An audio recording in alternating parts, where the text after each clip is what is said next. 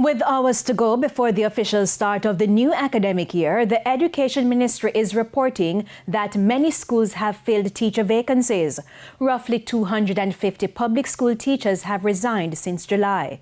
Retired teachers will be used to fill gaps. In her back-to-school message, Portfolio Minister Fayval Williams added that the ministry has secured textbooks as well as those that are electronic and for print. The first tranche of the appropriate grants for our schools have been sent to schools already, and the second tranche is due this month. We have procured devices for our students and our teachers. Entering this school year, 8,469 teachers, representing 95% of teachers in our primary schools, have laptops. Our focus now is on providing similar laptops for teachers in our high schools. Meanwhile, over in St. Anne, tension is brewing between the leadership of Stairtown Academy and the school's kitchen staff. Sandy Williams has details.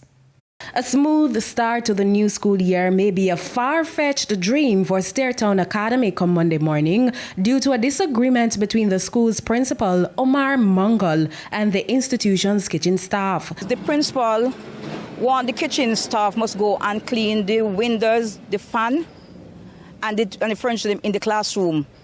Well, that is the janitor's duty. So we refuse to do it, and we call our union, and the union said it's not our duty. The education officer for the school come by, and we talk to him, and he says it's not our duty. So he said we're not even supposed to sign in the answer staff book. We're supposed to have a book for cook special. They say Mr. Mongol locked them out of the kitchen, hindering back-to-school preparations. So the senior supervisor of the kitchen write the senior teacher for the kitchen and said Mr. Mongol has to make an apology. The principal has to make an apology to him before he go back in the kitchen.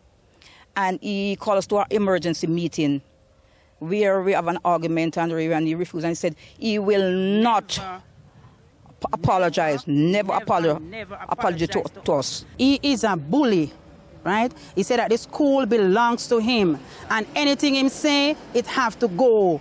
And if we don't decide to do what he want to do, we must resign and go. And then on Monday, he told they are having orientation. He told the parents that they need 4 cooks because the kitchen staff cook hog food give to the children, and he hired a cook to come in and to cook because we refuse from cooking. However, Mr. Mongol is refuting the claims.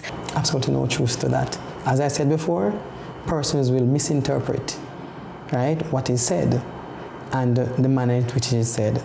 And as I said to my staff since week, I said, if in my speaking to you, in any way you feel disrespected, it is not meant. It is not meant.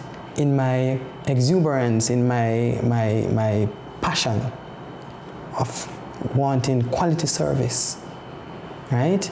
It might come across like that, but it is not meant to be of any harm to anyone. Despite the rift, the principal says the school is ready for reopening. There are approximately 1,200 students registered for this academic year, an increase when compared to previous years. Staff is in place.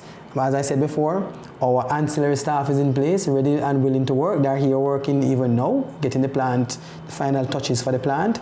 Yesterday we had our staff development session for all categories of staff, and the teachers are off today to do their final preps for Monday morning as well.